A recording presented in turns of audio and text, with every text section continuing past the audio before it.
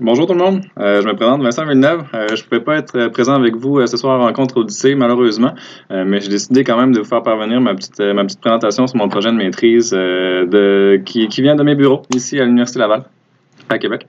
Mon projet de maîtrise s'intitule pas exactement comme ça, mais on peut le résumer un petit peu par ce titre-là. Évaluation des budgets annuels en sels nutritifs et leur implication dans l'eutrophisation de l'estuaire maritime du Saint-Laurent.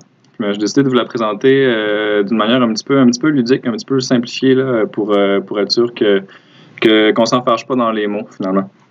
Et donc, je commence à l'instant en vous posant une petite question toute simple. Qui ici a donné des bonbons à l'Halloween l'an dernier, ou même qui compte peut-être le faire là, en octobre prochain, là, même si on est un petit peu en avance? Je vous laisse penser à ça, puisque dans le fond, moi, dans le cadre de mon projet de maîtrise, j'ai décidé de m'intéresser à où, entre Québec et la Gaspésie, on donne le plus de bonbons. Par bonbons, je dis pas vraiment des jus et du chocolat, mais je parle un petit peu plus de composés qui sont riches en azote puis en phosphore, un petit peu comme sur la présentation, comme ça ici. Donc, j'ai parcouru le Saint-Laurent entre Québec et la Gaspésie, justement, entre Matane. J'ai visité environ une cinquantaine de stations différentes à l'automne, au printemps, puis à l'hiver via la merveilleuse mission Odyssée Saint-Laurent. Puis, pourquoi je fais la recherche de ces composés-là?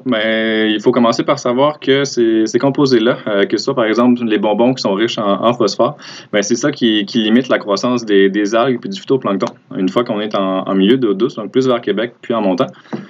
Puis sinon, une fois qu'on tombe en milieu d'eau salée, c'est plus les bonbons riches en azote finalement qui sont limitants dans ce milieu-là. Pourquoi c'est important de vérifier ça? C'est parce que si on vient en donner un petit peu trop de ces bonbons-là à l'estuaire du Saint-Laurent, on remarque que le milieu a tendance à se détériorer. On parle ici là, d'eutrophisation, un terme qui peut faire peur, mais qui se résume grosso modo à un vieillissement rapide de l'environnement aquatique. Qui peut se transmettre, comme on le voit sur l'image ici, par une diminution des oxygènes dissous dans l'eau, par exemple, comme on observe présentement dans l'estuaire maritime du Saint-Laurent. C'est là que mes analyses entrent en jeu. Moi, ce que je fais, dans le fond, je prends les différents échantillons d'eau à plusieurs profondeurs, finalement, selon les stations à Saint-Laurent. Puis j'analyse les concentrations en nutriments, donc en petits bonbons qu'on a dans ces eaux-là. Je vais même prendre un échantillon d'eau du milieu. Je vais leur rajouter une concentration connue de petits bonbons. Puis je vais voir, après 24 heures, combien de bonbons ont été mangés par le phytoplancton qui était dans ces eaux-là.